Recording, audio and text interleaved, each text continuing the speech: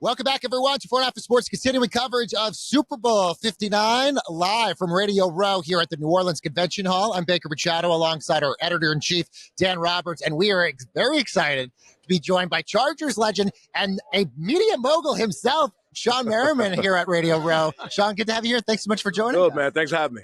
All right, so let's talk about, lights out, man. Yeah. You are literally putting lights out all over the place in terms of news, sports content, and things.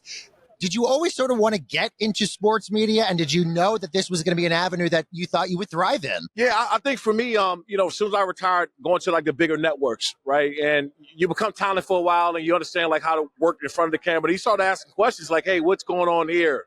Why these commercial breaks happen? And I was always very curious, even as a player, going out on a field, Sunday night football, Monday night football, and seeing the cameras, just curious. I've always been curious, and I kind of saw the market and the streaming market and where things are going.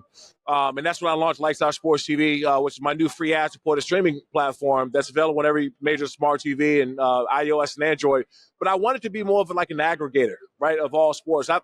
I've worked with WWE and their launch of their network, NFL Network, ESPN, Fox Sports. I've been at these networks and I've been at the launches of shows, and I thought it was time for me to create something that was going to be an aggregator towards all of it. So, boom, Lights Out Sports TV.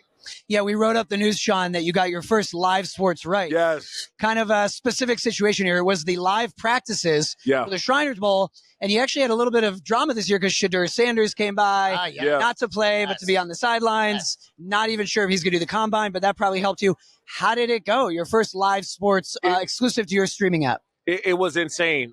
There was over 750 NFL personnel, GMs, coaches, scouts.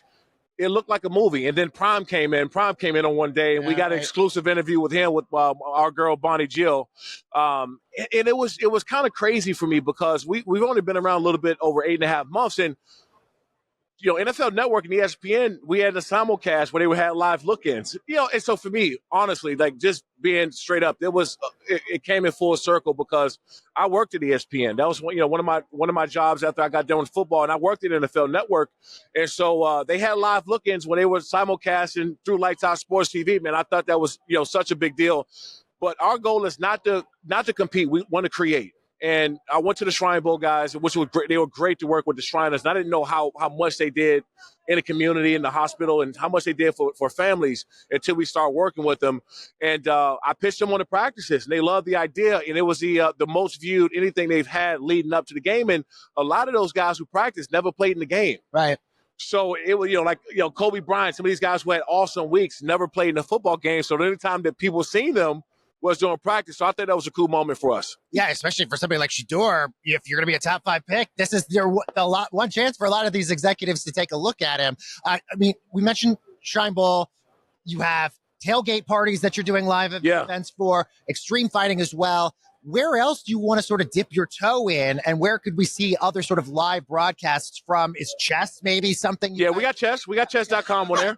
We got chess. You could do a lot of things. Yeah, we got chess.com on there, which is I never watched chess. I never done a play. So I got hooked on chess because of Lights Out Sports TV. The commentary, the show programming, the strategies. Right. So I'm sitting there watching chess like 11:30 at night. Thing you can do it because it's so contained. I didn't know. So I was like, when I looked, I said, people watch chess. Let's get some chess on there. And so now I'm in bed at night, like flipping through, watching chess. You would never thought. And so, we got a big fight coming up, Lights Out Extreme Fight from MMA League this Friday in Long Beach.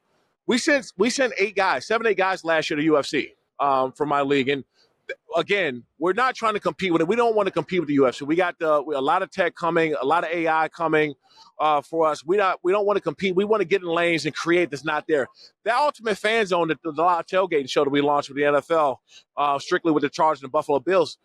The tailgate's the funnest part of, especially with Bills Mania. Bills Mafia. I mean, that was unreal. And by the way, if anybody download Lights Out Sports TV, go in there, watch the Ultimate Fan Zone. It is catch up and chess, right? But you got to watch it like me at 11:30 at night. But is there another sport that's maybe on the rise that maybe you have your eye on? Cricket. Yeah. Here in the States. Yep. And I got a lot of friends and people I work with out in India, which is their top sport. But cricket is growing rapidly here in the States. And we want to get cricket, rugby as well. Yep. I think is another one coming up. And women's hockey. Mm-hmm. Nice. Sleepers. Yeah. I shouldn't have told anybody that because you know all the bigger No, networks. but you get the content where you can. That's what's smart. It's like get in where you can. Right. We've been talking about everything but NFL. Let's talk about the game. Yep. What do you make of the possible three-peat? We asked Clark Hunt 2 nights ago about possible Chiefs fatigue. A lot of NFL fans are like, man, the Chiefs again? What do you think of the Super Bowl matchup we got here? I think at this point, it's just hard to go against them. Like, for the last 2 years, I'll admit, I didn't pick them to win. And learn your lesson. So now I'm not going to be on the wrong side of things because there's too many things that have to go right for the Philadelphia Eagles in order for them to win the football game. You got to play mistake-free football. You know they're going to capitalize off. The Chiefs going to capitalize off every mistake. You got to play against that 12th man with the Zebras. We're not going to shy away from that. That they've got some calls to go their way this year. But then the ball just has to bounce your way. If you talk to any Super Bowl champ, they'll tell you that there's always a little bit of luck that's involved. And so those three things have to happen in order for Philadelphia Eagles to win. And the Chiefs, if you look at them this year, there's no stat that jump off the page. Right. There's no stat. But they won what? They only lost one game, right? So how can you beat a team that doesn't do anything great, but just find ways to win? Shawne, we'll get you out of here on this. A lot of people look to you and other players for inspiration for what to do in their second act after they're done playing and figuring out what the next stage of their life is going to be. What's your advice to those who don't know what to do and what's going to drive them in this next chapter? It's tough. That transition is tough for anybody. I had TV lined up. I went straight to NFL Network. I was broadcasting. I had clothing lines that was selling Tilly's, and I was doing a bunch of stuff. And at the end of the day, I sat around like, man, is this it? Like, I don't get a chance to hit anybody. There's no whistle. Oh my God, look at this. What look. There you go, talking about hitting guys. We live TV.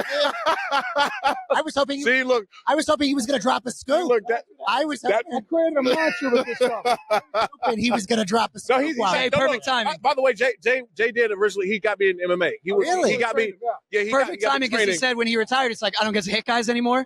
Then you came. Yeah, I was still hitting people just the other way. Yeah, I think the biggest thing is guys have to figure out, and men and women have to figure out when they're done with their sport, what makes you have that feeling of running out to 70,000 people or how many people you played. If you find that thing to make you feel like that, then you got a winner. Because one thing is, as athletes, is discipline. We understand work ethic. We understand adversities and overcoming obstacles. All those things transition right into business. So you have to find that thing to get you out of bed. Once you have that, that's why you see certain athletes very successful because they found that edge. They found that passion again. I love that.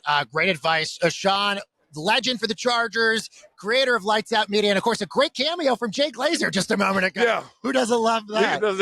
Yeah, that's not the first time. It probably won't be the last time he tried to choke me. So what we love about television. Thank you so much for joining us. Thank you. Thanks for having me. Rest of your week. We got more coverage coming to you from Radio Row.